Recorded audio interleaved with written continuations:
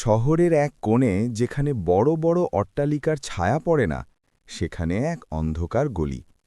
ভাঙাচোরা দেয়াল আর নোনা ধরা জীবনের মাঝে বাস করত ছোট্ট রুমি।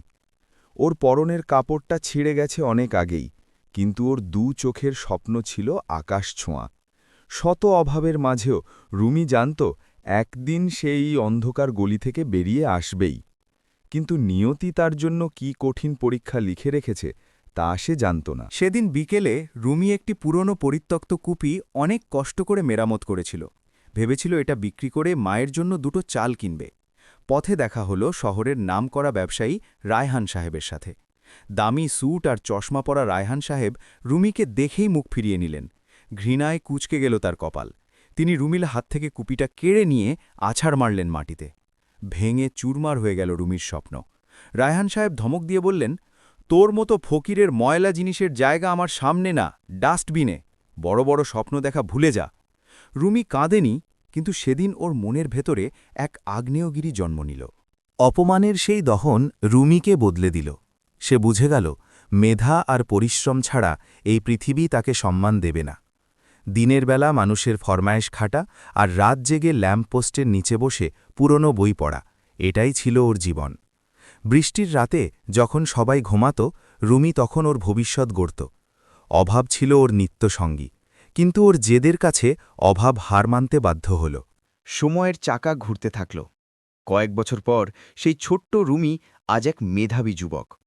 ওর সততা আর তীক্ষ্ণ মেধার জোরে সে এক বড় টেকনিক্যাল ফার্মে কাজ শুরু করে। নিজের পরিশ্রম দিয়ে সে একের পর এক বড় বড় প্রজেক্ট সফল করতে থাকে।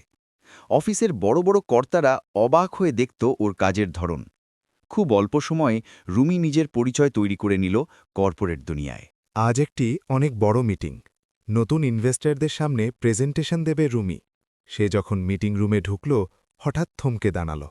সামনে বসে আছেন বয়সের ভারে Hello, Mr. Raihan. আজ সাহায্য করতে বলছেন সেই It seems my presence has caused quite a stir.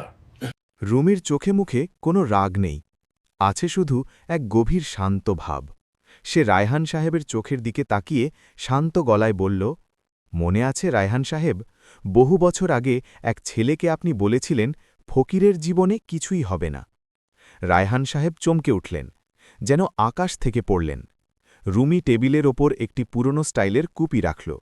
Raihan সাহেব নিজের ভুল বুঝতে পেরে লজ্জায় মাথা নিচু করে ফেললেন। আমি আপনাকে ক্ষমা করে দিলাম, কারণ সেদিন আপনার অপমানই আমাকে এতদূর আসার সাহস জুগিয়েছিল।